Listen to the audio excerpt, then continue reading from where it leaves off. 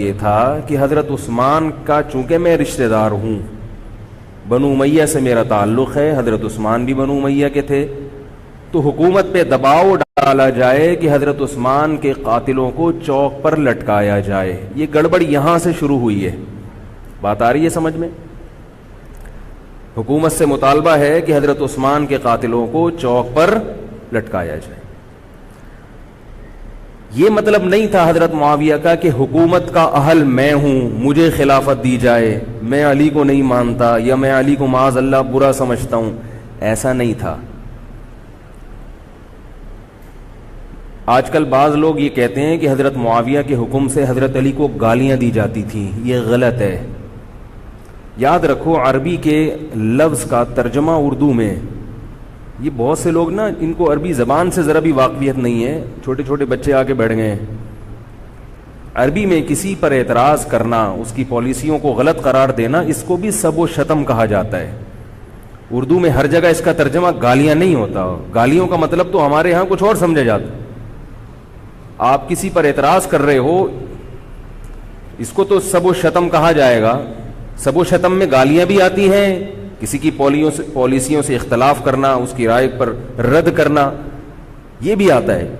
لیکن اردو میں گالی کا مطلب برا لفظ ہے، گالی کوئی شریف آدمی نہیں دیتا۔ خیر، میں یہ عرض کر رہا تھا کہ حضرت عثمان رضی اللہ تعالی عنہ کے قاتلوں سے قصاص کا دعا کریں، میں جلدی سے اس موضوع کو سمیٹ کے آج ختم کر دوں۔ حضرت عثمان کے قاتلوں سے قصاص لیا جائے۔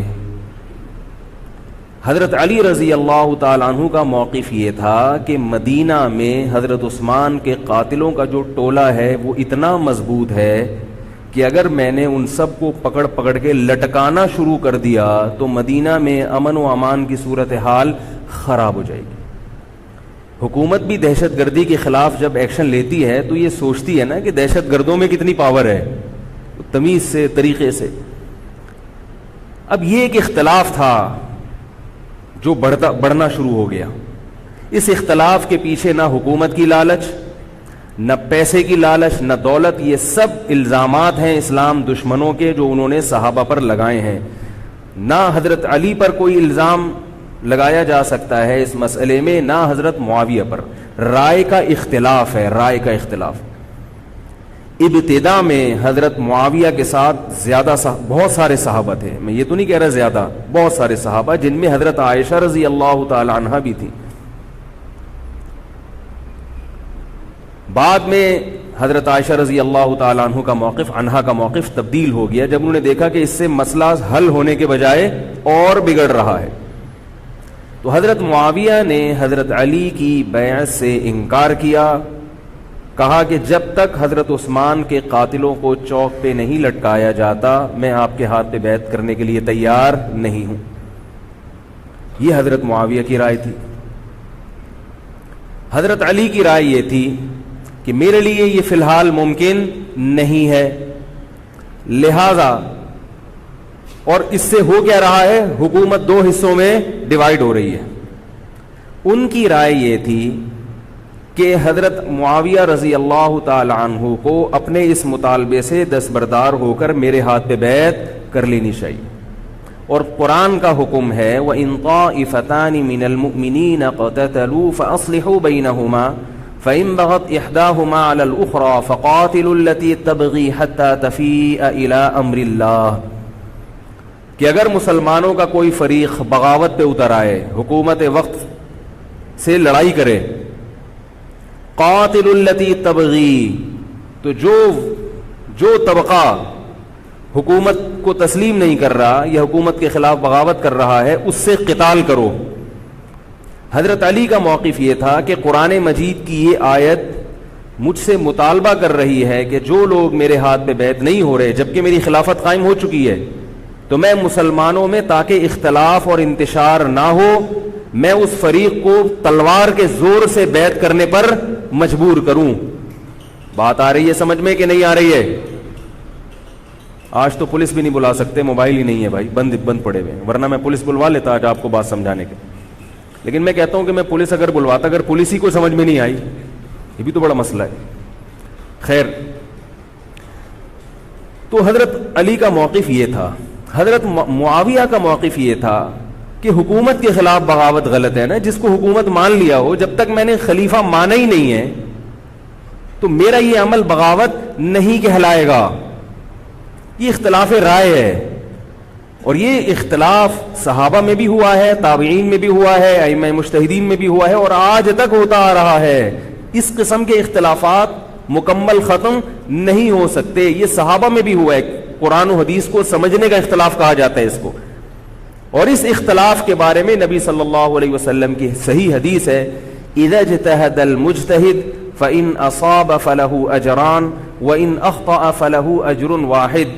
جب کوئی مجتہد اجتہاد کرتا ہے، کیا مطلب قرآن و حدیث کو سمجھنے کی کوشش کرتا ہے، اگر وہ صحیح نتیجے پر پہنچ جائے تو اس کو 2 اجر ملتے ہیں، اگر غلط نتیجے پر پہنچے تو بھی 1 اجر ملتا ہے اس کو، اس لیے کہ اس کے بس میں جو تھا وہ اس نے کر لیا. اب پیغمبر تو موجود نہیں ہے جو آ کے بتائیں گے کہ یہ صحیح کر رہا ہے، یہ غلط کر رہا ہے. میں نے اپنے ایک استاد سے ایک مرتبہ پوچھا کہ حضرت یہ علماء میں جب اختلاف ہوتا ہے کسی مسئلے میں تو عوام بڑی پریشان ہوتی ہے، کیا کریں ہم؟ انہوں نے فرمایا کہ عوام کو یہ بتاؤ کہ ہم پیغمبر نہیں ہیں اور ہم پیغمبر سے براہ راست مسئلہ پوچھ نہیں سکتے. ہمارے پاس جو قرآن و سنت ہے اور جو فقہائے کرام نے اس قرآن و سنت کی تشریح کی ہے، جو فقہ کی کتابیں ہیں، ہم اس میں دیکھتے ہیں. اب اس میں 2 علماء کی رائے میں اگر اختلاف ہو جائے تو اس اختلاف کو ختم کرنے کا ہمارے پاس کوئی راستہ نہیں ہے. نبی ہوتے تو ہم پوچھ لیتے. جب راستہ نہیں ہے تو بھائی اللہ کے نبی نے فرما دیا کہ جو تمہارے بس میں ہے وہ کر لو. اگر درست بات تک پہنچ گئے ڈبل اجر، نہیں پہنچے تو بھی اجر. اس میں ہمیں بتا دیا کہ اسلام پر عمل کے لیے اتنا کافی ہے کہ جو تمہاری استطاعت میں ہے وہ کر لو. نہیں آئی بات سمجھ میں؟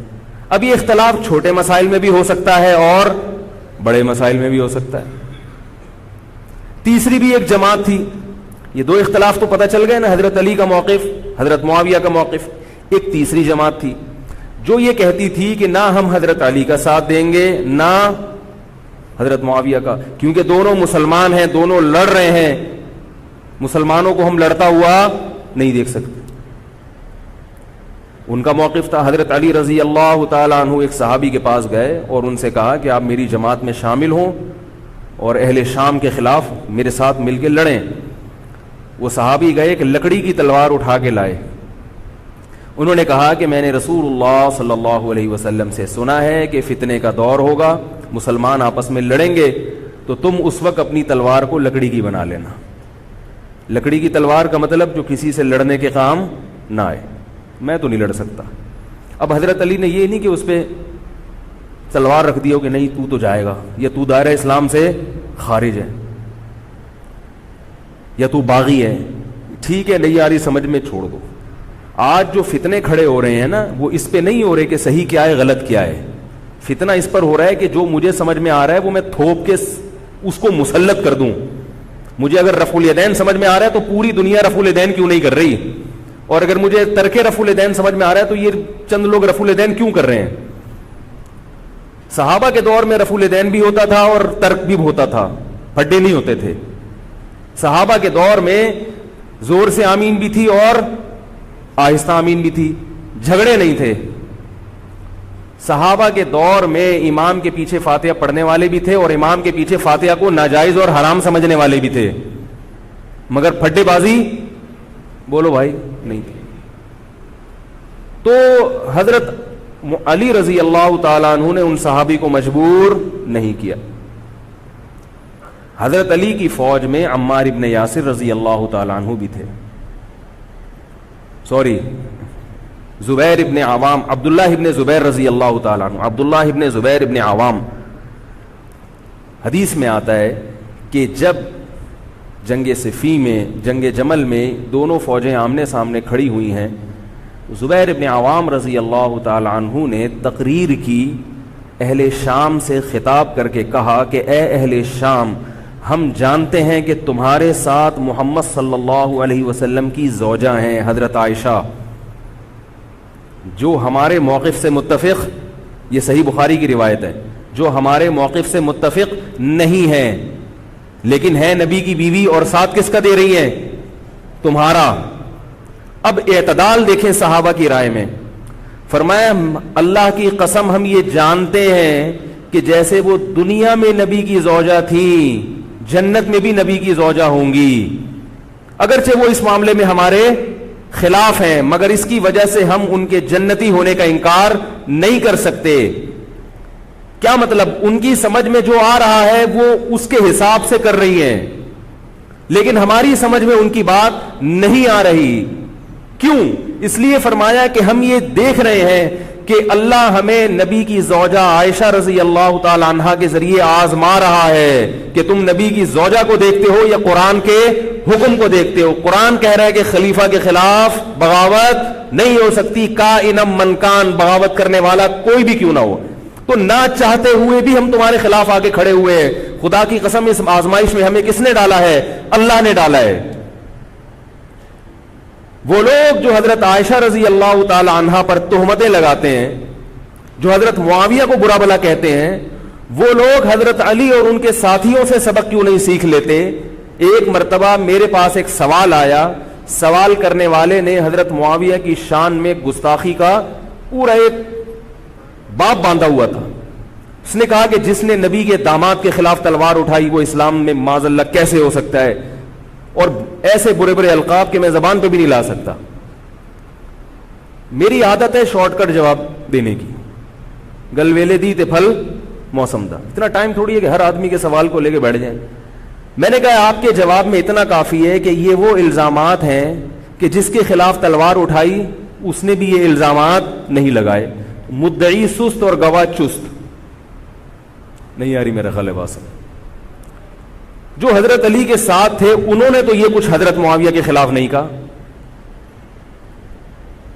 انہوں نے تو وہ تو پھر بھی جنتی مان رہے ہیں، ایک دوسرے کی نماز جنازہ میں شریک ہو رہے ہیں، مال غنیمت کو تقسیم نہیں کر رہے، ایک دوسرے کی عورت پہ ہاتھ نہیں اٹھا رہے، احترام کر رہے ہیں، ایک دوسرے کے پیچھے جنگ ختم ہونے کے بعد نمازیں پڑھی جا رہی ہیں۔ اللہ تعالیٰ نے یہ مثال صحابہ کی قائم کی ہے دنیا کو دکھانے کے لیے کہ ان میں اتنا بڑا اختلاف ہو کہ تلواریں بھی چل جائیں تو وہ اختلاف بھی حدود سے تجاوز نہیں کرتا، اور ہمارے چھوٹے چھوٹے اختلافات میں کیا ایک دوسرے کے خلاف بہتان تراشیاں اور زبان درازیاں ہوتی ہیں۔ تو یہ اختلاف تھا حضرت علی اور حضرت معاویہ کا، جس میں تین فریق تھے۔ ایک حضرت علی تھے، ان کا موقف یہ تھا کہ میرے لیے تلوار اٹھانا واجب ہے۔ حضرت علی کے ساتھ جو لوگ تھے ان کا بھی یہ موقف تھا۔ حضرت معاویہ کا یہ موقف تھا کہ میں باغیوں کی فہرست میں آتا نہیں ہوں۔ کیوں نہیں آتا؟ اس لیے نہیں آتا کہ میں نے خلافت کو تسلیم نہیں کیا، اور ان کے ساتھ بھی صحابہ کرام کی ایک جماعت تھی۔ اور تیسرا موقف، بہت سارے صحابہ یہ تھے جو کہتے تھے ہم کسی کا ساتھ نہیں دیں گے، دونوں طرف مسلمان ہیں، ہماری تلوار سے کسی مسلمان کا خون ہو ہم یہ برداشت نہیں کر سکتے۔ ہماری رائے یہ ہے، اہل سنت والجماعت کی رائے یہ ہے کہ یہ ان تینوں فریقوں میں جو برحق تھے وہ حضرت علی تھے، کیونکہ حکومت تھی ان کے پاس۔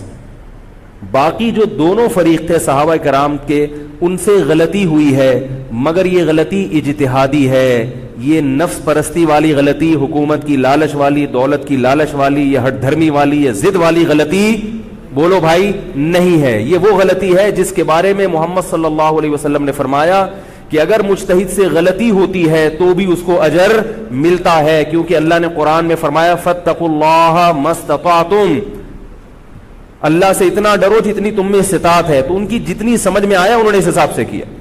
تو دو جنگیں ہوئی ہیں، جنگ جمل اور جنگ صفین۔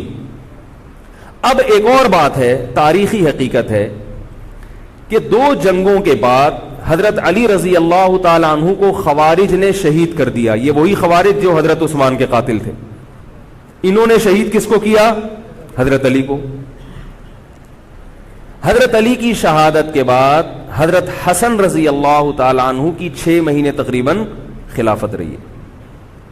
حضرت حسن رضی اللہ تعالی عنہ نے امت میں جوڑ پیدا کرنے کے لیے حضرت معاویہ رضی اللہ تعالی عنہ سے سلو کر لی، اور خلافت سے دستبردار ہو کر حضرت معاویہ کے ہاتھ پر بیعت ہو گئے۔ نہیں آ رہی میرا خیال؟ پولیس کو فون کریں یار، بہت اہم بات ہے یہ، اس کو اچھی طرح سمجھ لیں، اللہ کرے سمجھ میں آ جائے۔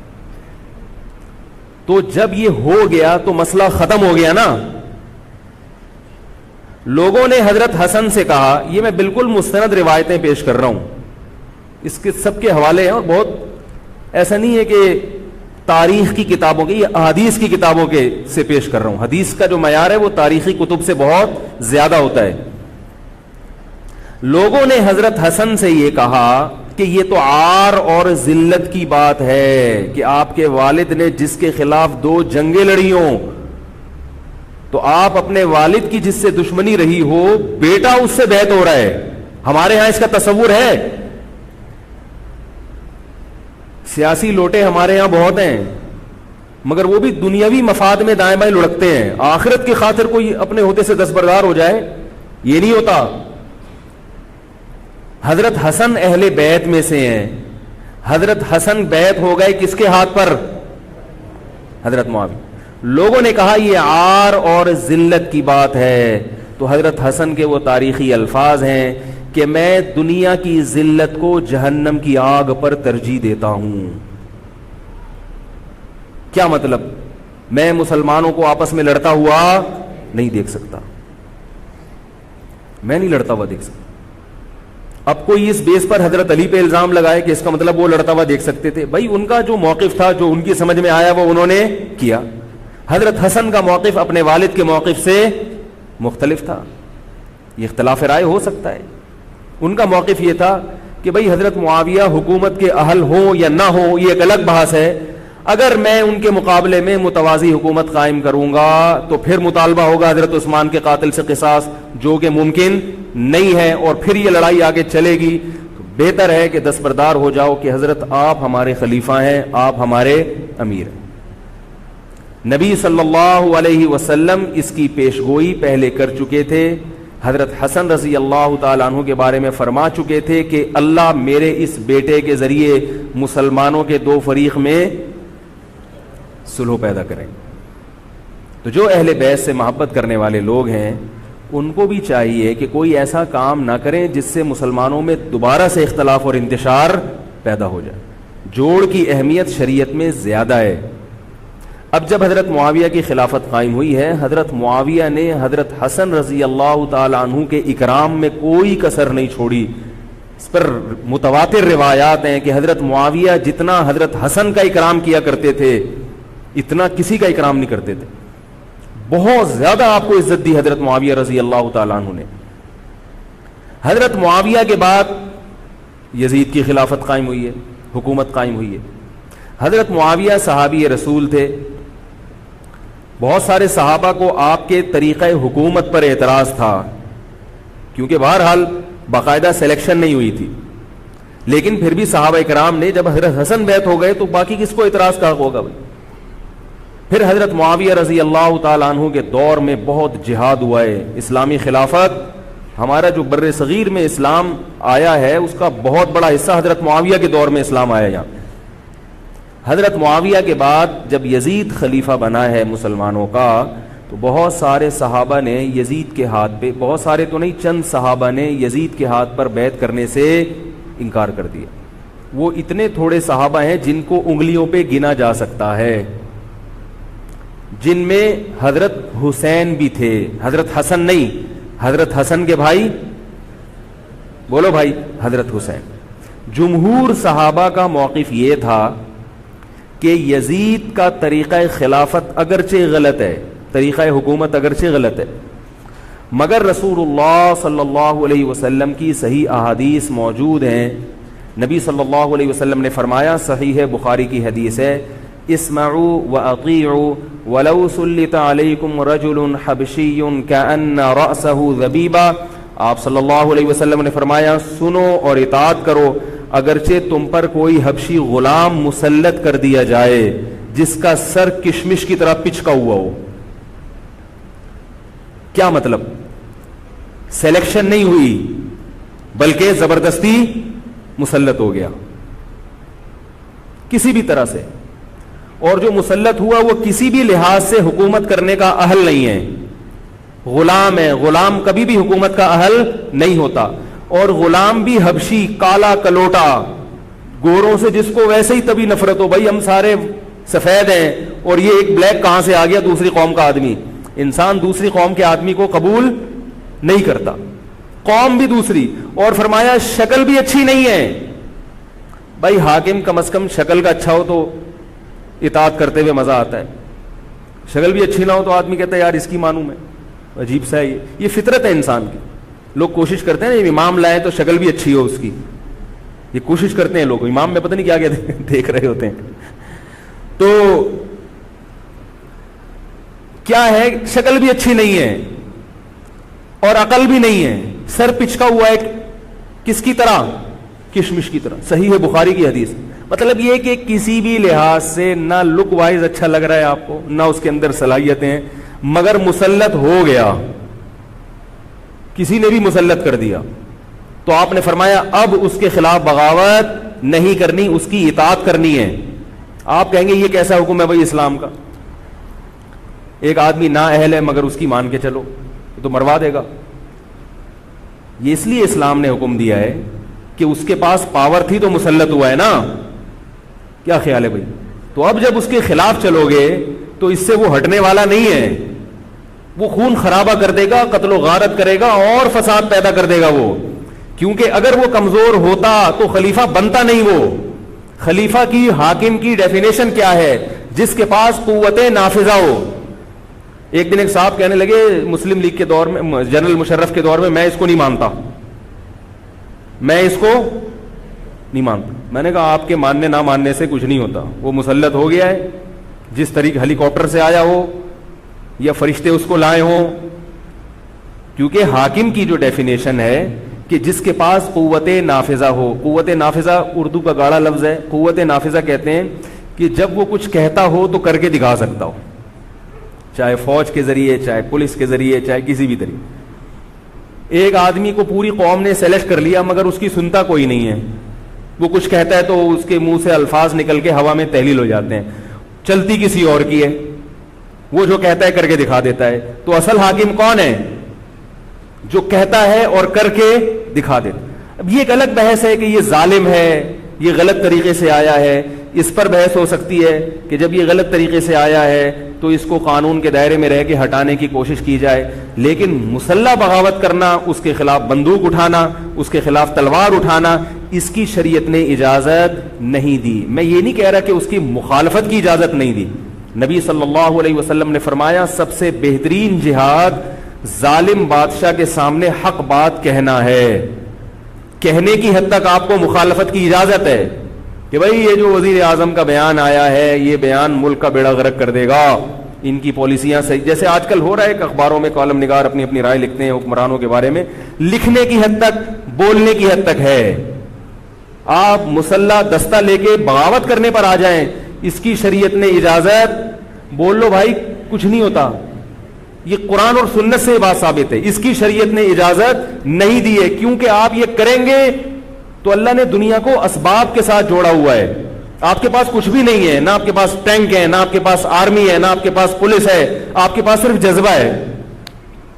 خالی جذبہ اگر کارآمد ہوتا تو نوح علیہ الصلوۃ والسلام اور آپ کے ساتھ جو 40 افراد تھے ان میں بہت جذبہ تھا, مگر ایک طرف پوری دنیا تھی. اللہ نے جہاد کا حکم نہیں دیا. اللہ تعالیٰ نے اس دنیا کو صرف جذبات کے ساتھ یا ایمان کے ساتھ منسلک نہیں کیا, اس دنیا کو دارالاسباب بنایا ہے. جذبے کے ساتھ ساتھ کچھ طاقت اور قوت بھی ہونی چاہیے, اور یہ قوت حکومت کے پاس ہوتی ہے, پبلک کے پاس بول لو یار نہیں. اگر پبلک کے پاس ہے تو وہ بھی حکومت کی پالیسیاں ہوتی ہیں کہ یہ بھی لیاری گینگ رہنے دو تھوڑے دنوں کے لیے, ان لوگوں کے پاس تھوڑا سا کلاشن کوفے رہنے دو, حکومت جب چاہے غائب کر دے. وہ یہ جو کلاشن کوفے لے کے لوگ گھوم رہے ہوتے ہیں نا اور بتا رہے ہوتے ہیں ہم امام مہدی کا لشکر ہیں, یہ سب گورنمنٹ کے لوگ ہوتے ہیں. آئی بات سمجھ میں؟ گورنمنٹ کی طرف سے ان کو پرمٹ ملا ہوتا ہے, ورنہ آپ چاقو لے کے بھی, جو خنجر ہے نا وہ بھی لے کے ذرا گھوم کے دکھاؤ.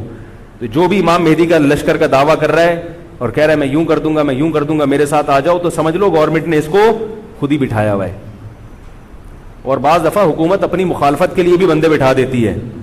یہ ایجنسی والے بڑے ہوشیار ہوتے ہیں, یہ اپنی مخالفت کے لیے پبلک بندوں کو خرید کے بٹھاتے ہیں کہ تم آرمی کے خلاف اور ایجنسیوں کے خلاف تقریریں کرو اور جہاد کا اعلان کرو. اس کا نتیجہ کیا نکلتا ہے؟ جو جو جہاد کے اعلان میں ان کے ساتھ ہوتے چلے جاتے ہیں ان کے نام ایجنسیوں کے پاس پہنچ جاتے ہیں. پھر ایجنسیاں کہتی ہیں ابھی ان کو کھل کے جہاد کرنے دو تاکہ جتنے لوگوں میں اس قسم کے جہاد کے جراثیم ہیں وہ تمام آ جائیں اور ایک ہی دفعہ اسپرے کر کے سب کو نمٹا دیا جائے. یہ ایک بچوں کی طرح کبھی اس کو پکڑ لیا, یہ کام نہیں ہوتا. تو اس لیے کہہ رہا ہوں یہ جو نوجوان طبقہ ہے اس کو جہاد کے نام پہ الو بنانے والے ہر جگہ بہت ہیں. الو ضرور بنو مگر کسی اور عنوان سے بن جاؤ, جہاد کے نام پہ الو نہ بنو, کیونکہ کسی اور عنوان سے الو بنو گے اتنا نقصان نہیں ہوگا. اس عنوان سے الو بنو گے تو بڑا بیڑا غرق ہو جائے گا, جیسے کہ بہت سو کا بیچاروں کا ہو چکا ہے. تو میں یہ عرض کر رہا تھا کہ نبی صلی اللہ علیہ وسلم کی صحیح حدیث ہے, اسی طرح صحیح مسلم کی حدیث ہے, آپ صلی اللہ علیہ وسلم نے حاکم کی اطاعت کا حکم دیا. صحابہ نے عرض کیا یا رسول اللہ اگر وہ ہم پہ ظلم کرے تو بھی بغاوت نہ کریں. آپ نے فرمایا وَإِن ضَرَبُوا ظَهْرَكَ, اگرچہ وہ تمہاری پیٹھ پہ کوڑے مارے, ایسا ظالم ہو, پھر بھی بغاوت. یہ میں نہیں کہہ رہا, یہ محمد صلی اللہ علیہ وسلم کے الفاظ ہیں. کیوں؟ اس لیے کہ آپ صلی اللہ علیہ وسلم نے اتحاد پہ زیادہ زور لگایا ہے. بھائی حکومت ایک ہوگی جیسی مرضی لنگڑی لولی ہو, مگر مسلمان کی جو ایک یونائٹی ہے, جو ایک اتحاد ہے, وہ تو برقرار رہے گا نا. اگر آپ کمزور ہو گئے تو کتنا مرضی ایمان ہو, کمزور آدمی دنیا میں کہیں بھی نہیں پنپ سکتا. تبھی میں کہتا ہوں پاکستان کی قدر کرو, جیسا مرضی ہے, ایک مضبوط آرمی تو ہے نا, ایٹم بم تو ہے, جیسی مرضی آرمی ہو, لیکن ہے تو نا. اگر یہ ختم ہو گئی اور نیک نیک لوگ آ گئے مگر اتنے پاورفل نہ ہوئے, وہ آپ کو انڈیا سے نہیں بچا سکتے, وہ آپ کو امریکہ کے شر سے نہیں بچا سکتے, کیونکہ اس وقت پوری دنیا پاکستان کی دشمن ہوئی ہوئی ہے سوائے چند ممالک کے. اور وہ جو ملک بچا ہوا ہے یہ میرے اور آپ کی تقریروں سے نہیں بچا ہوا, یہ ایٹم بم سے بچا ہوا ہے. اللہ نے دنیا کو اسباب کے ساتھ جوڑ دیا ہے, ایٹم بم بھی ہے اور پھر ایمان کی طاقت بھی ہے کسی حد تک, جو کہ بہت ہی شارٹ ہو گئی ہے ایمان کی طاقت. تو دونوں چیزیں چلتی ہیں ساتھ, صرف بم بھی کافی نہیں ہے. اللہ نے فرمایا اگر تم تقوی اختیار کرو گے تو اللہ تمہاری مدد کرے گا, ورنہ نہیں کرے گا. تو دونوں چیزیں ضروری ہیں.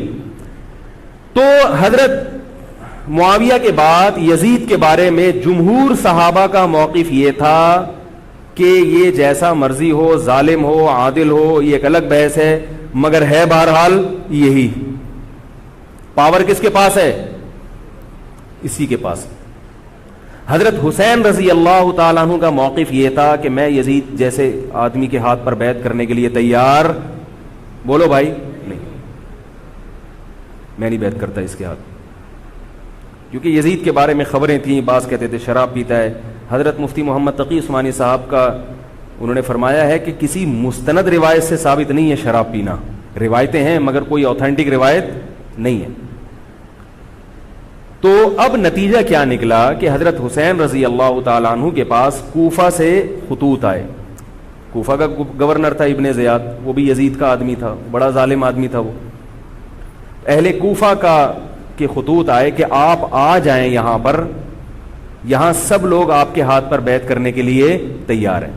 حضرت حسین کا خیال یہ تھا کہ اگر یہ سب تیار ہیں تو یزید کی حکومت بغیر لڑائی کے, بغیر بڑے قتال کے, مسلمانوں کے خون خرابے کے بغیر ختم ہو سکتی ہے.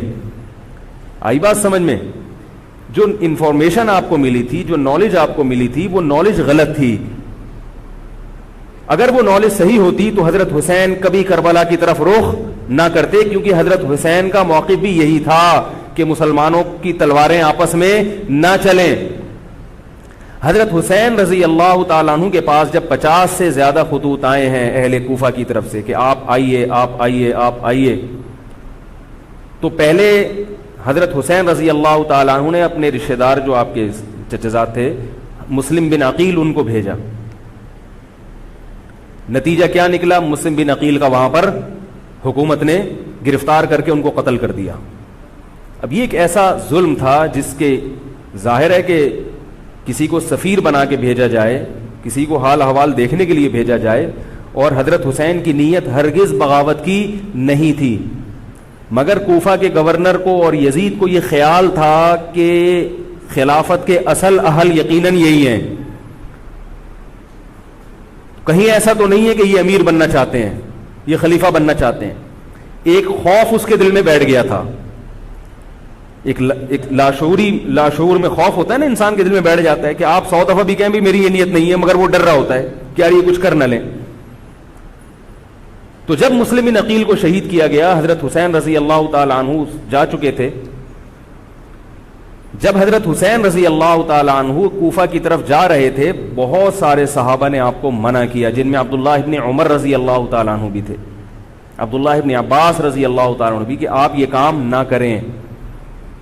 بعض نے تو کہا کہ ہمیں آپ کی شہادت کا یقین ہے, کیونکہ جس حالات میں آپ جا رہے ہیں حکومت یہ سمجھے گی کہ بغاوت کرنے آ رہے ہیں, لہذا وہ آپ کو کیا کرے گی, اس بیس پہ قتل نہیں کرے گی کہ آپ نواسہ رسول ہیں, کیونکہ وہ بھی مسلمان تھے.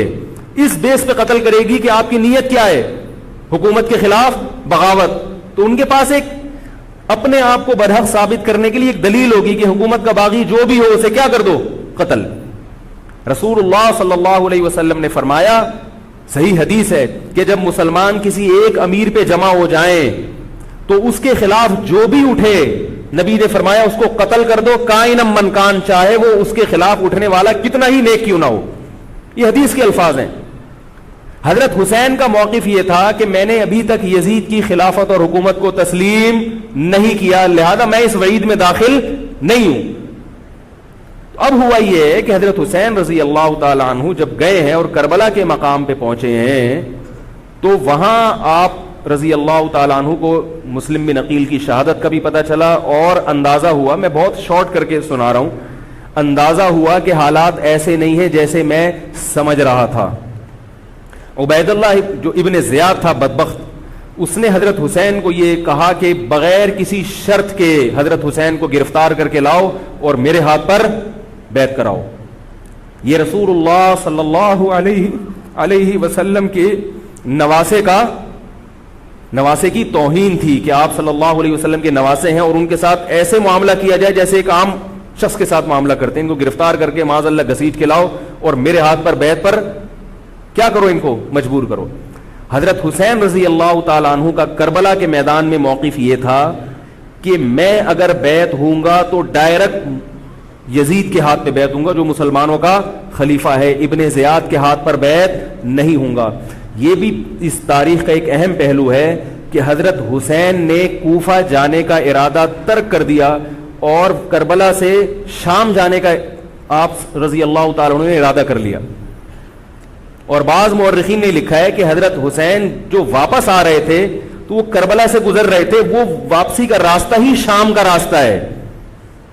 نہیں یاری بات میرا خیال ہے سمجھ, وہ جس ٹریک پر چل رہے تھے وہ راستہ کون سا ہے, وہ شام کو جاتا ہے. یہ اس کی علامت ہے کہ آپ یزید سے ملاقات کے لیے, مذاکرات کے لیے تیار, بولو بھائی, ہو چکے تھے کہ میں خود براہ راست یزید سے مل کے حال احوال دیکھتا ہوں, اگر مجھے سمجھ میں آئے تو میں اس کے ہاتھ میں بیعت ہو جاؤں گا.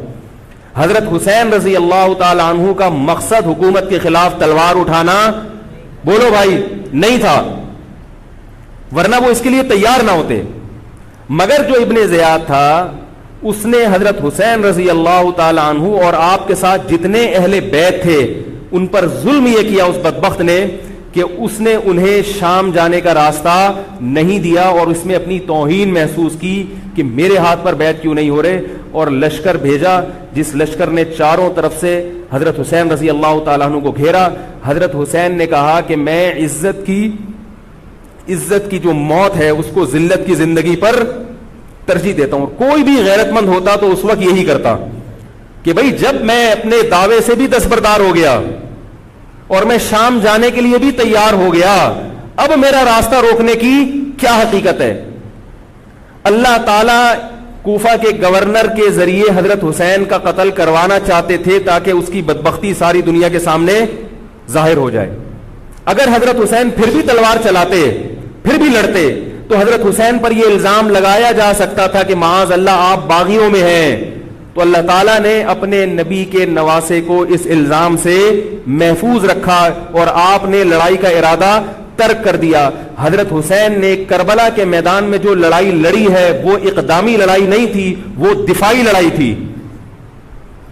دیکھو جب حکومت آپ کو گھیر لے چاروں طرف سے, آپ کہیں ٹھیک ہے بھائی میں لڑائی سے دستبردار ہوتا ہوں, مجھے میرے گھر جانے دو. حضرت حسین کا ایک مطالبہ یہ بھی تھا کہ یا تو مجھے واپس جانے دو مدینہ, میں جہاں سے آیا ہوں وہیں جا رہا ہوں واپس, مکہ جانے دو یا مدینہ جانے دو. ان کا ایک مطالبہ تھا کہ نہیں، ان کو گرفتار کر کے لاؤ اور زبردستی ہمارے ہاتھ پر بیعت کراؤ. یہ ظلم تھا. نتیجہ کیا نکلا ہے کہ کربلا کے میدان میں آپ کو گھیر کر آپ کو بھی شہید کر دیا گیا، اور جتنے اہل بیت تھے مرد سوائے امام زین العابدین کے جو حضرت حسین رضی اللہ، حضرت حسن کے بیٹے تھے، ان کے علاوہ جتنے بھی اہل بیت تھے ان سب کو قتل کر دیا گیا. اور یہ اسلامی تاریخ پر ایک بدنما داغ ہے یہ واقعہ کہ ایک اسلامی حکومت تھی اور اس کے اسلامی حکمران تھے، اور ان حکمرانوں کے ہاتھوں محمد صلی اللہ علیہ وسلم کے نواسے کا سر جو ہے وہ گردن اڑائی گئی ہے. مجھ سے خدا کی قسم یہ الفاظ ادا نہیں ہو رہے، میں اپنے جذبات پہ بہت زیادہ کنٹرول کر رہا ہوں. وہ منظر کیا ہوگا کہ جب نبی صلی اللہ علیہ وسلم کے نواسے، آپ صلی اللہ علیہ وسلم کے نواسے کی گردن اڑائی گئی ہوگی. تو یہ بہت ایک اسلامی تاریخ میں ایک بدترین واقعہ ہے. لیکن بات یہ ہے کہ جب یہ واقعہ ہو گیا اور قتل کر دیا گیا، باقی جتنے بھی جو زندہ بچے تھے اہل بیت وہ یزید کے پاس لے جائے گئے. روایات میں آتا ہے کہ یزید نے ان کا اکرام کیا اور ان کو عزت کے ساتھ تحفے تحائف دے کر واپس کیا.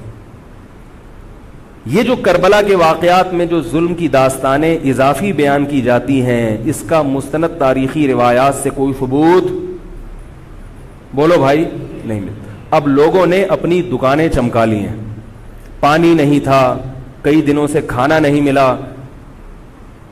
صحیح روایات سے ثابت ہے کہ حضرت حسین رضی اللہ تعالیٰ عنہ کربلا کے میدان میں وضو کر کے نماز پڑھتے تھے، تو پانی تھا تو.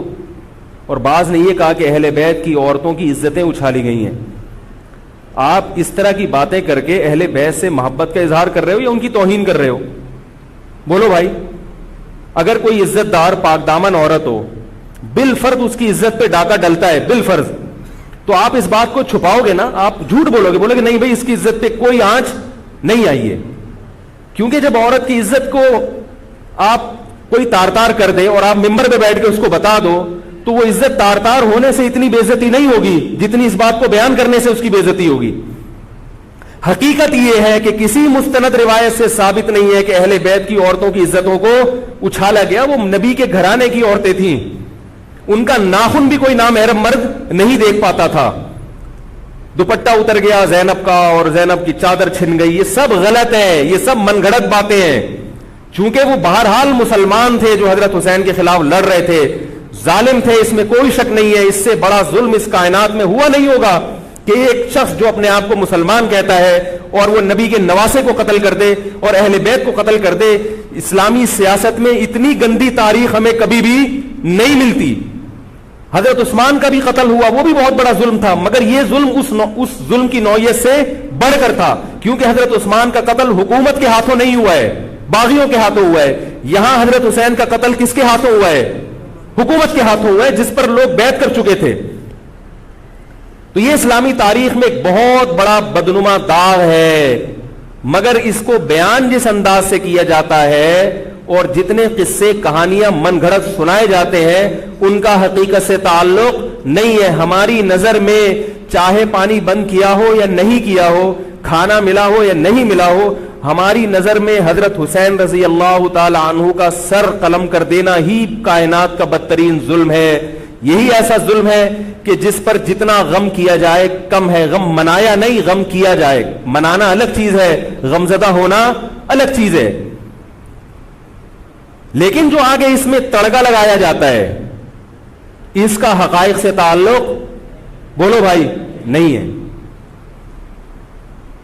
یہ دکانیں ہیں جو چمکائی، اس میں سب برابر ہیں، شیعہ بھی سنی بھی. بہت سارے سنی علماء بھی کربلا کے واقعے کو بہت ہی بھیانک انداز سے بیان کرتے ہیں.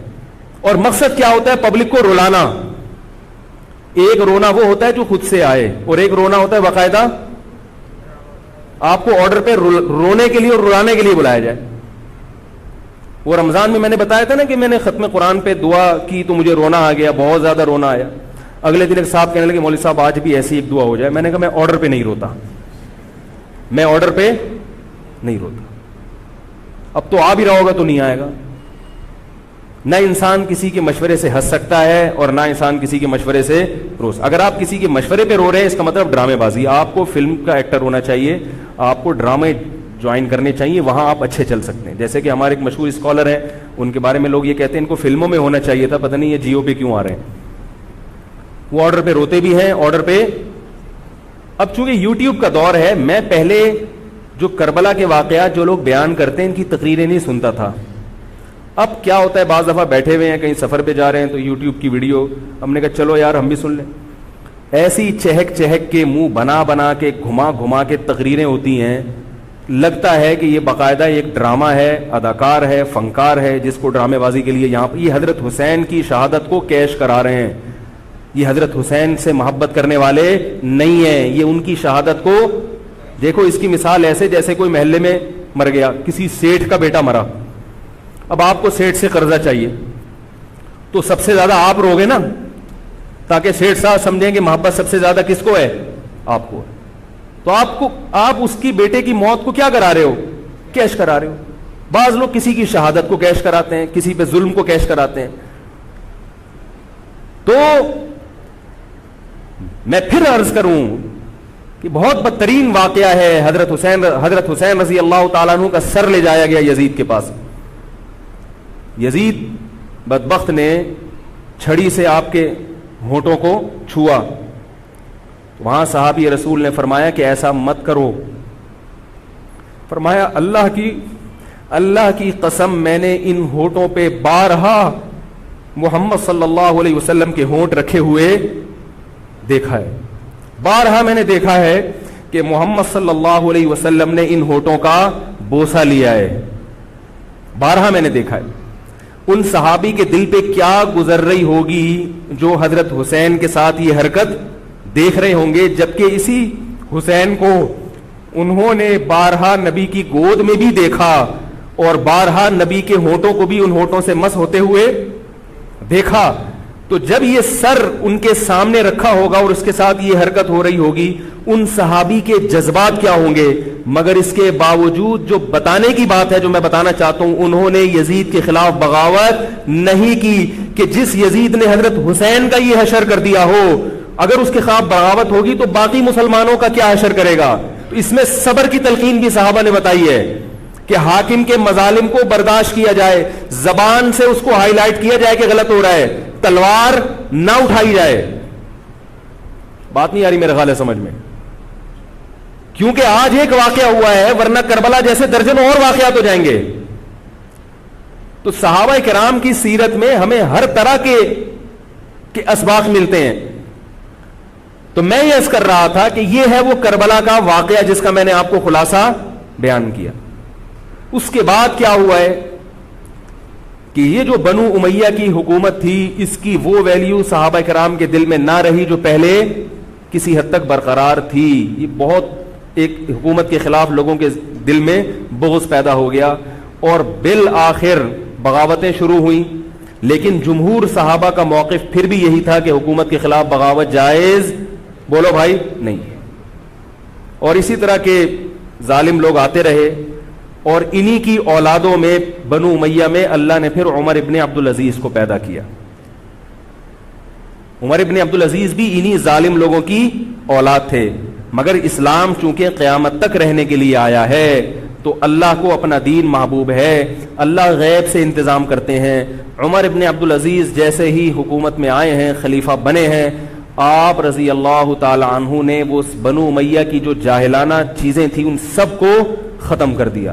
حکومتی ملکیت کو جو ذاتی خزانہ لوگ سمجھنا شروع کر دیا تھا اس کو ختم کیا. عمر بن عبدالعزیز کی ایک تاریخ ہے, ان کو 5واں خلیفہ راشد کہا جاتا ہے. علم حدیث کو مرتب کیا گیا, فقہ کو مرتب کیا گیا, حدیث کا علم ضائع ہو رہا تھا.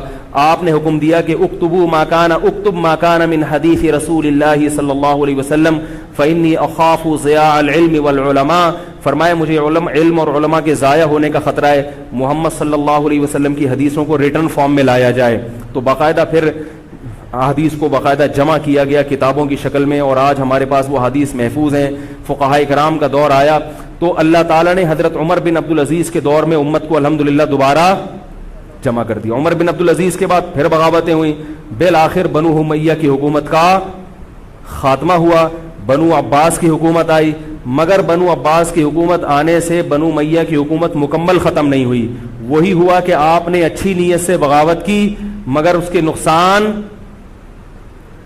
کا نقصان زیادہ. وہ کیا ہوا, بنو امیہ بھاگ گئے, اندلس میں حکومت قائم کر لی, اور ادھر بنو عباس کی. تو یہ تاریخ میں پہلا واقعہ تھا کہ اسلامی خلافت دو حصوں میں ڈیوائیڈ ہو گئی. اس کے بعد آج تک ایک جگہ مسلمان جمع نہیں ہو سکے. کیوں؟ مسلمانوں نے اس حدیث کی مخالفت کی کہ امیر کے خلاف بغاوت, بولو بھائی, نہیں کرو. اب میں آپ سے ایک بات کہتا ہوں کہ بالآخر ڈیوائیڈ ہوتے ہوتے ہوتے ہوتے آج پتہ نہیں کتنے سارے اسلامی ملک بن گئے. پاکستان میں الگ ہے, سعودی عرب کی پالیسیاں الگ ہیں, دبئی الگ چل رہا ہے, قطر اور سعودیہ کا پھڈا ختم نہیں ہو رہا. 1920 تک تو پھر بھی خلافت عثمانیہ تھی, اگرچہ پوری دنیا پہ نہیں تھی. ہندوستان میں الگ حکومت تھی, خلافت عثمانیہ الگ تھی, اندلس میں الگ حکومت تھی, مگر پھر بھی مسلمانوں کی 3-4 بڑی بڑی حکومتیں تھیں جو ایک, اور کسی حد تک ان میں اتحاد تھا. 1920 میں وہ بھی ختم, اور اتنے سارے ممالک وجود میں آ گئے, سب کی الگ الگ پالیسیاں ہیں. اب جو آدمی خلافت کے نام پہ جہاد کی بات کرتا ہے وہ لوگوں کو ایک امیر پہ جمع نہیں کرے گا. جتنے ملک بن چکے ہیں نا, ان کو مزید توڑ کے, اگر یہ 20 ہیں تو 40 بنا دے گا ان کو. بہت مشکل ہے سمجھانا بھائی. اب اگر کوئی کہتا ہے نا ظالم حاکم کے خلاف تحریک چلاؤ, آؤ ہمارے ساتھ مسلح بغاوت میں شامل ہو, ہم حکومت کے خلاف تلوار اٹھائیں گے, تو نتیجہ کیا نکلے گا؟ یہ سارے مل کے ایک امیر نہیں بن جائیں گے. یہ اگر 20 ہے نا تو کتنے ہو جائیں گے؟ بولو بھائی, 40. جیسے جو جماعت المسلمین بنی نا کہ 4 فقہ ہیں, حنفی, شافعی, مالکی, ہم بھی یہ نہیں مانتے, تو سب کو ختم کرو, ایک بناؤ. تو اس ایک بننے سے یہ ختم نہیں ہوئے, بلکہ 4 کے بعد کتنے آ گئے؟ 5 ہو گئے. نہیں آ رہی بات؟ میرا خیال آ رہی ہے الحمدللہ. اور بھی جو بھی اس کی باتیں کر رہے ہیں نا امت کو اتحاد کے لیے, آ جاؤ میرے پاس آ جاؤ, تو وہ 6واں بنا رہا ہے, 7واں بنا رہا ہے, پھر 8واں بنا رہا ہے, ایسے بنتے چلے جا رہے ہیں. او بھائی جو ہے وہاں بریک لگا دو, اللہ کا واسطہ روک دو ان کو, کوئی بات نہیں, 4 ہیں, جو جس کو فالو کرے ٹھیک ہے, کچھ نہیں ہوتا اس سے, ہمیشہ سے چلے آ رہے ہیں. تو اب اگر ایک خلیفہ نہیں ہے, ہونا تو چاہیے ایک ہی خلیفہ, نہیں ہے تو جو ہے اسی پہ گزارا کرو, ورنہ اس سے بھی جاؤ گے, اس سے بھی جاؤ گے. تمہاری کوئی مضبوط طاقت اور قوت ہوگی نہیں. کافر جب چاہے گا تمہیں ٹیشو پیپر کی طرح استعمال کر کے پھینک دے گا. تو کربلا کے واقعہ سے ہمیں کیا سبق ملتا ہے؟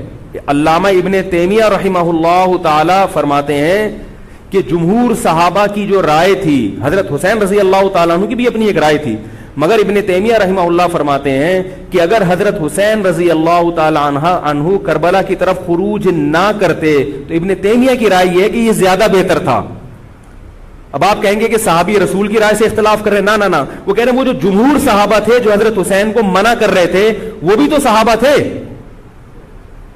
حضرت حسن بھی تو صحابی تھے. حضرت حسن نے حضرت معاویہ کے خلاف لڑائی نہیں لڑی. تو صحابہ کی 2 رائے تھی, جمہور ایک طرف تھے. تو فرماتے ہیں اگر یہ نہ ہوتا تو زیادہ بہتر تھا. لیکن حضرت حسین رضی اللہ تعالی عنہ کے بارے میں ہمارا موقف یہ ہے کہ وہ یہ سب کچھ اس وقت کے جو حالات تھے اس میں کوئی بھی ہوتا اور غیرت مند ہوتا تو وہ یہ کرنے پر مجبور تھا. اور اس میں دھوکہ کس نے دیا حضرت حسین کو؟ اہل کوفہ نے, جس کا حضرت حسین کو علم نہیں ہو سکا. اب میں آپ سے ایک بات عرض کر رہا ہوں, یہ تو میں نے کربلا کی تاریخ کا آپ کو خلاصہ بیان کیا ہے. اس میں جو میں نے ایک دعویٰ کیا کہ اس میں مظالم جو بیان کیے جاتے ہیں اس میں غلو ہے بہت, اس غلو کی ایک دلیل گل ویلے دی تے پھل موسم دا. اب میں آپ کو تاریخی کتابوں کے حوالے دوں, وہ بہت لمبی بات ہوگی, اس میں بہت تضاد ہے. آپ یہ جو خطیب ہے نا جو کربلا کے مظالم بیان کرتے ہیں, ان خطیبوں کے بیان سنیں, ہر آدمی کا بیان دوسرے سے مختلف ہوگا. یہ خود اس کی علامت ہے, یہ کسی ایک بات پر ٹکنے کے لیے تیار نہیں ہے. ان کا مقصد ہے رونا اور پبلک کو رلانا. رونے کا اپنا ایک مزہ ہے. آپ کہیں گے بھائی رلانے میں کیا ملتا ہے؟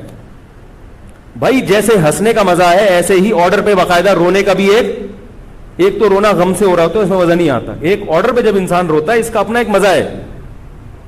تو اللہ کے بندو, حضرت حسین کی شہادت کو کیش مت کراؤ.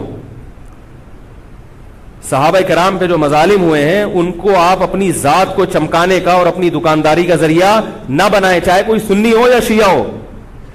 بعض سنی لوگ بھی تڑکا لگاتے ہیں اس میں, تو ایسا نہیں ہے. اس بارے میں نے جو اسٹڈی کی ہے, مطالعہ کیا ہے, سب سے زیادہ مضبوط تحریر, سب سے زیادہ مضبوط موقف حضرت مفتی محمد تقی عثمانی صاحب دامت برکاتہم کا ہے. حضرت مفتی محمد تقی عثمانی صاحب دامت برکاتہم کی شخصیت ایسی ہے, دیکھو جو مولوی ہوتا ہے نا وہ مولویوں کو سمجھتا ہے, پبلک نہیں سمجھتی. ڈاکٹر کو پتا ہے نا کہ کون سا ڈاکٹر اچھا ہے کون سا گڑبڑ ہے. عام آدمی تو اس کو اچھا سمجھیں گے جو لوگوں کو الو بنا رہا ہے. پبلک کو نہیں پتا ہوتا کہ کس میں کتنا دم ہے. او بھائی سونار کو پتا ہوگا نا کہ یہ اصلی سونا ہے یا ہمارے جاننے والے ہیں کباڑ, وہ دھات پہ ہاتھ رکھ کے بتاتے ہیں پیتل ہے, سونا ہے, تانبا ہے, لوہا ہے, ہاتھ رکھ کے بتا دے گا. حالانکہ اس نے کسی یونیورسٹی سے کوئی کورس نہیں کیا, نہ کوئی سائنسدان ہے. وہ کام کیا ہے کباڑ کا, ساری زندگی یہی کام کیا ہے. تو جو مولوی لوگ ہوتے ہیں ان کی ساری زندگی اسی میں گزری ہوتی ہے, پڑھنے پڑھانے میں, بشرطے کہ ہوں بھی مولوی. روحانی علاج والے مولوی نہیں ہوتے, نام کے مولوی ہوتے ہیں. ان کو پڑھنے کے علاوہ دنیا کا سارے کام آتے ہیں. کتابوں سے ان کو نفرت ہوتی ہے, بس جھاڑ پھونک جن چڑیل وہ اسی سے دکانداری چمچاتے ہیں. ہر داڑھی والا ہر پگڑی والا مولوی نہیں ہوتا. تو جو مولوی ہوتا ہے اس کو پتا ہوتا ہے کہ کون سا مولوی کتنے پانی میں ہے. تو میں تو نہیں دعویٰ کرتا کہ میں عالم ہوں, لیکن آپ لوگ تو مجھے مولوی سمجھ کے آئے ہیں نا, عالم سمجھ کے آئے ہیں. تو آپ کے نظریے کے مطابق میں کہتا ہوں کہ اگر آپ مجھے عالم سمجھتے ہیں تو میں آپ کو بتاؤں کہ پاکستان میں حضرت مفتی محمد تقی عثمانی صاحب جیسا مضبوط علم والا, اور علم بھی بہت سے لوگوں کے پاس ہوتا ہے مگر اعتدال نہیں ہوتا طبیعت میں, وہ باہر کے ماحول سے متاثر ہو جاتے ہیں. حضرت مفتی محمد تقی عثمانی صاحب دامت برکاتہم العالیہ وہ علم میں مضبوط بھی ہیں, اور ان کی جو زبان سے نکلے ہوئے الفاظ یا ان کے قلم سے لکھی ہوئی تحریر بہت ہی نپی تلی ہوتی ہے. ایک حرف بھی اس میں غیر ضروری نہیں ہوتا, اور ایک حرف بھی ایسا نہیں ہوتا جو ضروری ہو اور نہ آیا ہو اس میں. بہت کسی فرقے کی مخالفت بھی کرتے ہیں, بڑی تمیز سے کرتے ہیں. وہ ہم لوگوں کی کیا عادت ہوتی ہے, جب کسی کے خلاف چلو تو کوشش کرو دائرہ اسلام سے کسی طرح باہر نکل جائے. کوشش یہی ہوتی ہے, وہ نکل نہیں رہا ہوتا تو مجبوراً پھر اس کو مسلمان ماننا پڑتا ہے. کیا خیال ہے؟ کوشش یہ ہوتی ہے کہ اسلام کا جو دائرہ ہے وہ اس میں رہوں اور دو چار میرے مرید رہیں, لیکن چونکہ پبلک اس کو مانتی نہیں تو مجبوراً ان کو بھی دائرہ اسلام میں داخل کرنا پڑتا. تو حضرت مفتی محمد تقی عثمانی صاحب کی جو تحریریں ہیں وہ بڑی جاندار ہوتی ہیں, ان کو پڑھا کرو اللہ کے بندو. عالم کا یوٹیوب سے نہیں پتہ چلتا کون مفتی ہے کون کیا ہے. حضرت مفتی تقی عثمانی صاحب کی پاکستان میں اتنی عزت نہیں ہے جتنا غیروں نے ان کو عزت دی ہے. سعودی عرب میں جاؤ, امام حرم ان سے مسائل پوچھتے ہیں. ایک صاحب نے مجھے بتایا کہ میں نے امام حرم کو 25 منٹ تک ان سے فون پہ بات کرتے ہوئے دیکھا اور ان سے مسائل پوچھتے ہوئے. عرب علماء ان کی قدر کر رہے ہیں, ملیشیا میں ان کی قدر ہے, پاکستان میں لوگوں کو ان کا پتہ ہی نہیں. میں یہ نہیں کہہ رہا کہ وہ ان سے کوئی خطا ہو ہی نہیں سکتی. تکافل کے معاملے میں حضرت مفتی محمد تقی عثمانی صاحب کی جو رائے ہے, تو میں تو بہت ہی چھوٹا آدمی ہوں, میں یہ نہیں کہہ سکتا, لیکن جن علماء کی رائے ان کے خلاف ہے میرا موقف بھی وہی ہے. میں تکافل کے معاملے میں حضرت مفتی تقی عثمانی صاحب کی رائے کو ہم لوگ صحیح نہیں سمجھتے, لیکن بہرحال اجتہادی اختلاف ہے, یہ نہیں کہ وہ غلط ہیں. تو ہماری رائے ہے کہ اس معاملے میں حضرت سے اجتہادی غلطی ہوئی ہے. میری نہیں, میں تو بہت چھوٹا آدمی ہوں ان کے مقابلے میں, لیکن ہمارے بڑوں کی رائے ہے. اور اس کی جو میں نے ٹوٹی پھوٹا جو اس میں تحقیق کی ہے, مجھے بھی تکافل کے ناجائز ہونے پر اطمینان ہے. بہت اس میں بحث کی ہے, دارالعلوم کے علماء سے بھی ملا ہوں. حضرت مفتی محمد تقی عثمانی صاحب دامت برکاتہم کے ساتھ جو مجلس ہوئی جامعۃ الرشید کے علماء کی 3 گھنٹے, اس مجلس میں بھی میں موجود تھا. تو میں نے دونوں طرف کے دلائل بہت اچھی طرح سے سنے ہیں, تو مجھے اس کے ناجائز ہونے پر اطمینان ہے. لیکن مسئلہ اختلافی ہے, تو جب بڑے حضرات میں جو بڑے علماء ہیں ان میں جب اختلاف ہوتا ہے تو پھر عوام کو چاہیے کہ جس کی رائے پہ ذل زیادہ مائل ہو رہا ہے اس کی رائے کو فالو کر لے, کسی دوسرے پر اعتراض نہ کرے. بات آ رہی ہے سمجھ میں؟ انشورنس کا متبادل ہے نا تکافل, پاک قطر تکافل, یا یہ سب میری رائے میں یہ سب ناجائز ہے. اس پر میں کبھی بیان کروں گا کیوں ناجائز ہے. تو بیان تو نہیں کرنا چاہیے, ان اختلافی مسائل کو ممبر پہ نہیں لانا چاہیے, لیکن یہ کہ اب ہر عالم تک اپنی بات پہنچانا بڑا مشکل ہے. تو میں چاہتا ہوں ایک بیان ایسا ہو تاکہ علماء تک بات پہنچ جائے. پھر علماء جب دونوں طرف کے دلائل رکھ کے فیصلہ کر لیں گے جس عالم کی جو رائے بنے, تاکہ دوسرا پہلو سامنے آ جائے. ابھی تو صرف جواز کا پہلو لوگوں کے سامنے آ رہا ہے, عدم جواز والا نہیں آ رہا, تاکہ دونوں پہلو آئیں. پھر علماء کی جو رائے بنے گی, جو جس کی رائے کو فالو کرتا ہے, ٹھیک ہے بھائی. تو میں یہ کر رہا تھا, حضرت مفتی محمد تقی عثمانی صاحب بہت بڑے عالم ہیں, ان کی قدر کر لیں. ان کی تحریریں بڑی معتدل ہوتی ہیں اور ان کی رائے بہت ہی معتدل ہوتی ہے اور بہت مدلل ہوتی ہے. تو کربلا کے بارے میں, یزید کے بارے میں جو حضرت مفتی محمد تقی عثمانی صاحب کی رائے ہے وہ وہی ہے جو میں نے آپ کے سامنے بیان کی ہے. بات آ رہی ہے؟ نہیں آ رہی میرا خیال ہے. تو میں یہ نہیں کہہ رہا کہ میں نے ان کی تقلیداً ان کی تقلید میں یہ سب بیان کیا ہے, بلکہ جو مطالعہ کیا تو اس کے بعد ان کی رائے بہت زیادہ جاندار لگی ہے. اور یہ جو میں عرض کر رہا ہوں نا کہ یہ جو کربلا کے واقعات بیان کیے جاتے ہیں, ہر خطیب کا بیان دوسرے خطیب سے مختلف ہے. یہ خود اس کی علامت ہے کہ دال میں کچھ کالا کالا ہے. یہ ایک جگہ ٹکتے کیوں نہیں ہیں, ٹکتے کیوں نہیں ہیں. تو اب میں ایک بات عرض کروں. اسی طرح یزید کے بارے میں لوگ سوال پوچھتے ہیں یزید کیا, تو یزید کے بارے میں بھی دونوں طرف ہماری رائے کے حساب سے غلو ہے. یزید کے دور میں حضرت حسین کا قتل یقیناً ہوا ہے, مگر کسی ایک مستند روایت سے یہ ثابت نہیں کہ یزید نے حکم دیا تھا حضرت حسین کو قتل کرنے کا. یہ کہیں بھی روایت میں ثابت نہیں آ رہی میرا خیال ہے. کوفہ کے گورنر کے حکم سے قتل ضرور ہوا ہے, لیکن کیا یزید نے اس کا آرڈر دیا تھا, اس کا کسی مستند روایت میں ثبوت بولو بھائی نہیں ملتا. لیکن اس بنیاد پہ یزید کو رحمت اللہ علیہ کہنا یہ بھی غلط ہے. ٹھیک ہے, یزید کے بارے میں کسی مستند روایت سے نہیں ملتا کہ اس نے قتل کا حکم دیا تھا یا قتل کروایا تھا, لیکن قتل ہونے کے بعد یزید نے اس گورنر کے خلاف ایکشن نہیں لیا. حضرت عثمان کے قاتلوں کے بارے میں تو یہ تھا کہ ان کو لٹکایا جائے, حضرت حسین کے قاتلوں کو کیوں نہیں لٹکایا. نہیں یاری بات سمجھ. تو یہ جرم بھی ہے کہ حکومت, ممکن ہے یزید کہہ سکتا ہو کہ میرے بس میں نہیں ہے, کہہ سکتا ہو کہ میرے بس میں نہیں ہے. تو بھائی آپ کے بس میں اگر نہیں ہے تو حضرت علی کے بس میں بھی نہیں تھا حضرت عثمان کے قاتلوں سے قصاص لینا. تو اس لیے یزید کو بالکل معصوم قرار دینا یہ بھی غلط ہے. وہ مجرم تھا, لیکن اس کو اتنا لعنتی قرار دے دینا کہ گویا حضرت حسین کو اس نے قتل کرایا تھا, اس کا بھی کسی تاریخی مستند روایت سے ثبوت نہیں ملتا. لہذا صحیح بات یہ ہے کہ نہ لعنت اللہ علیہ کا ہو نہ رحمت اللہ علیہ کا ہو. خام خواہ میں فضول چیزوں میں پڑھنے کی بولو بھائی ضرورت کیا ہے. قیامت کے دن آپ سے یزید کے بارے میں سوال, میرے سے کسی نے پوچھا کہ یزید کے بارے میں آپ کیا کہتے ہیں. میں نے کہا آپ کو جاپان کے جو بھی صدر ہے اس کے بارے میں پتہ ہے, چائنا کے بارے میں پتہ ہے. وہ کہہ رہے وہ تو کافر ہیں. میں نے کہا چلو مسلمانوں کے علامہ اقبال کے بارے میں پوری رپورٹ ہے آپ کے پاس. تاریخ میں لاکھوں شخصیات ایسی ہیں جن کے بارے میں آپ کو نہیں پتا. تو یزید کے بارے میں بھی اگر نہیں پتا ہو تو میرا خیال ہے کوئی پریشان ہونے کی ضرورت نہیں ہے. تو یہ کربلا ایک واقعہ تھا, ایک اسلامی تاریخ میں ایک بدترین واقعہ رونما ہوا اور یہ واقعہ ختم ہو گیا. ہمیں جو قرآن اور سنت نے جس بات کا حکم دیا ہے ہمیں وہ کرنا ہے. بات آ رہی ہے سمجھ میں؟ ہمیں کیا کہا ہے؟ نماز قائم کرنی ہے, اسلام کے 5 ارکان ہیں. کربلا کا واقعہ دنیا میں وجود میں آتا تو بھی 5 نمازیں پڑھنی تھیں, وجود میں نہیں آتا تو بھی 5 نمازیں پڑھنی. باقی حضرت حسین کی شہادت اس لیے بھی ہوئی ہے کہ اللہ کے نبی نے ان کو شہید قرار دے دیا تھا. تو اللہ تعالیٰ نے آپ کو اس منصب تک پہنچانا تھا جس منصب کی گواہی محمد صلی اللہ علیہ وسلم دے چکے. بعض دفعہ کوئی مقصد نہیں ہوتا, ایک مقصد ہوتا ہے کسی کو اونچے درجے تک پہنچانا. غزوہ احد میں 70 صحابہ شہید ہوئے, اللہ نے اس کی حکمت یہ بھی بیان کی وَيَتَّخِذَ مِنْكُمْ شُهَدَاءَ, اللہ تم میں سے بہت سو کو شہادت کے درجے پر فائز کرنا چاہتا. تو حکومت تھی, حضرت حسین رضی اللہ تعالیٰ عنہ کو اللہ تعالیٰ نے شہادت کے مرتبے پر پہنچایا اور ظالم حکمرانوں کے مرتبے کو گھٹانا تھا. تو یہ کام ہو چکا. اب ہمیں کیا کرنا ہے؟ ہمیں جو قرآن اور سنت ہے اس کو فالو کرنا ہے. محرم منانا کہیں بھی نہیں ہے اسلام میں. محرم حضرت حسین کی شہادت سے پہلے بھی آتا تھا, اس کے بعد بھی آتا ہے. تو اہل سنت والجماعت کا جو مذہب ہے, میں آپ کے 1-2 منٹ زیادہ لے رہا ہوں, بس یہ بات ختم کر رہا ہوں میں. دیکھو ہم شیعہ ہیں یا سنی ہیں؟ بولو نا بھائی. جو شیعہ لوگ ہیں ان کو وہ کرنے دو جو ان کا مذہب ہے. اختلاف اور فرقواریت وہاں ہوتی ہے جہاں آپ اپنا مسلک دوسرے پہ ٹھوستے ہو.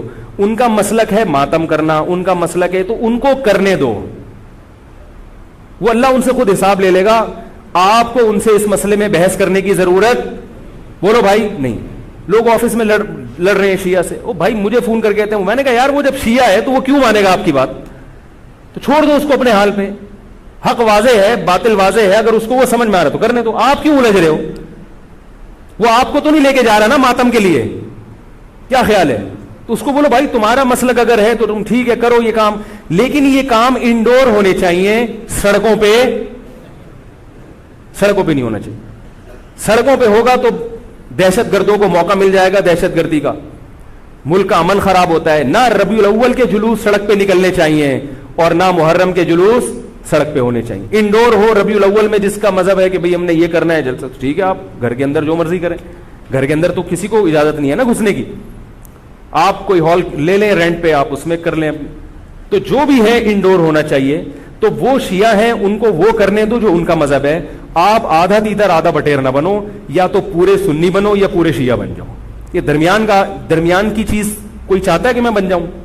ہے بھائی, نہ مرد ہو نہ عورت ہو. بیچ کا تو اچھا نہیں لگتا نا. ایک تو اللہ نے کسی کو بیچ کا بنا دیا, وہ تو آزمائش ہے. خود سے جو بیچ کا ہوتا ہے وہ کسی کو بھی پسند, بول لو نا بھائی, نہیں ہوتا. تو بیچ کے نہ بنو. اہل سنت کے ہاں شیعہ کا مذہب جو ہے وہ کرنے دو اس کو. یہ ہمیشہ سے چلا آ رہا ہے, آج کا نہیں ہے, یہ صدیوں سے چلا آ رہا ہے. آپ نہیں ختم کر سکتے اس کو. یہ حضرت عیسیٰ علیہ السلام آئیں گے تو امت ایک پر جمع ہوگی. باقی جو شیعہ ہے وہ شیعہ ہے, جو سنی ہے وہ سنی ہے. جو اپنی مرضی سے سنی بن جائے ٹھیک ہے, نہیں بنے اللہ جانے. خام خامے فیس بک پر ایک دوسرے کے خلاف کیچڑ, یوٹیوب پر کیچڑ, تقریروں میں کیچڑ. تو میں جو آپ کے سامنے بیٹھا ہوں آپ کو یہ سمجھانے کے لیے کہ آپ ایک فیصلہ کرو, شیعہ ہو یا سنی. اگر سنی ہو تو پھر محرم کی سنی مذہب میں اتنی اہمیت نہیں ہے جتنی ہمارے ہاں بیان کی جاتی. مجھ سے ایک دفعہ کسی نے کہا آپ محرم کی فضیلت پر بیان کریں. میں تھک گیا. میں نے کہا چلو آج بیان ہو ہی جائے. میں نے بیان کیا. میں نے کہا بھائی محرم ان 4 محترم مہینوں میں سے ایک ہے جن میں قتال اور لڑائی جھگڑا منع ہے. بعض علماء کہتے ہیں وہ ان مہینوں کا احترام منسوخ ہو گیا, بعض کہتے ہیں احترام باقی ہے. بہرحال یہ بھی, اس میں بھی اختلاف ہے. اور میں نے کہا دوسرا محرم میں جو 10 محرم ہے, نبی نے فرمایا کہ اس کا روزہ رمضان کے بعد سب سے زیادہ ثواب. وما علینا الا البلاغ. لوگوں نے کہا یہ کیا ہوا؟ میں نے کہا صحیح روایت سے اور مستند روایت سے محرم کی اتنی ہی فضیلت مجھے معلوم ہے. اس سے زیادہ کے لیے آرڈر دینا پڑے گا آپ کو. بندے ہیں وہ پیسے لیتے ہیں اور وہ لہک لہک کے چہک چہک کے بیان کرتے ہیں. چونکہ صحیح روایتیں اتنی ہی مجھے ملی ہیں, اگر کوئی اور ہو تو بتا دینا, اگلے بیان میں اس کا بھی تذکرہ کر دوں گا. اس سے زیادہ ہمارے علم میں تو یہ سنی مذہب بیان کر رہا ہوں میں آپ کو, اہل سنت والجماعت, اہل سرتن والجنابت نہیں, اہل سنت والجماعت. تو یہ ہے. تو 10 محرم کا روزہ رکھیں جیسے کہ حضرت حسین نے رکھا تھا. حضرت حسین تو روزہ رکھ کے شہید ہوئے اور آپ حلیم کی دیگیں پکا کے کھا رہے ہیں. کامن سینس کی بات ہے کہ عقل کو ماتم کرنے کا دل کرے گا کہ نہیں کرے گا؟ بھائی 10 محرم کا روزہ رکھو, 9 کا ملا لو, 11 کا ملا لو تو اچھا ہے. آج کل علماء کہتے ہیں ایک روزہ بھی رکھ سکتے ہیں کیونکہ یہودیوں سے مشابہت نہیں ہے, بہتر ہے 2 ہی رکھیں, نہیں تو 10 کا بھی رکھ لیں تو بھی غنیمت. تو یہ کام تو ہیں کرنے کے. باقی محرم میں آپ شادی بھی ابھی کریں. نبی صلی اللہ علیہ وسلم نے اپنی زوجہ سے محرم میں نکاح کیا. حضرت حسن نے محرم میں نکاح کیے. حضرت حسن نے تو بہت شادیاں کی ہیں, محرم میں بھی, سفر میں بھی, ربیع الاول میں بھی.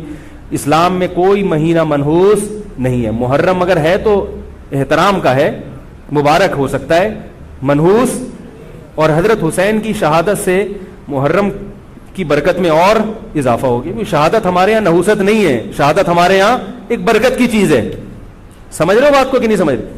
تو 1-2 باتیں اور ہیں, پھر میں انشاءاللہ نماز کے بعد وہ بیان کروں گا تاکہ یہ موضوع میرا کمپلیٹ ہو جائے. تو جو حضرات بیٹھنا چاہیں وہ بیٹھ سکتے ہیں, جو جانا چاہیں وہ جا سکتے ہیں.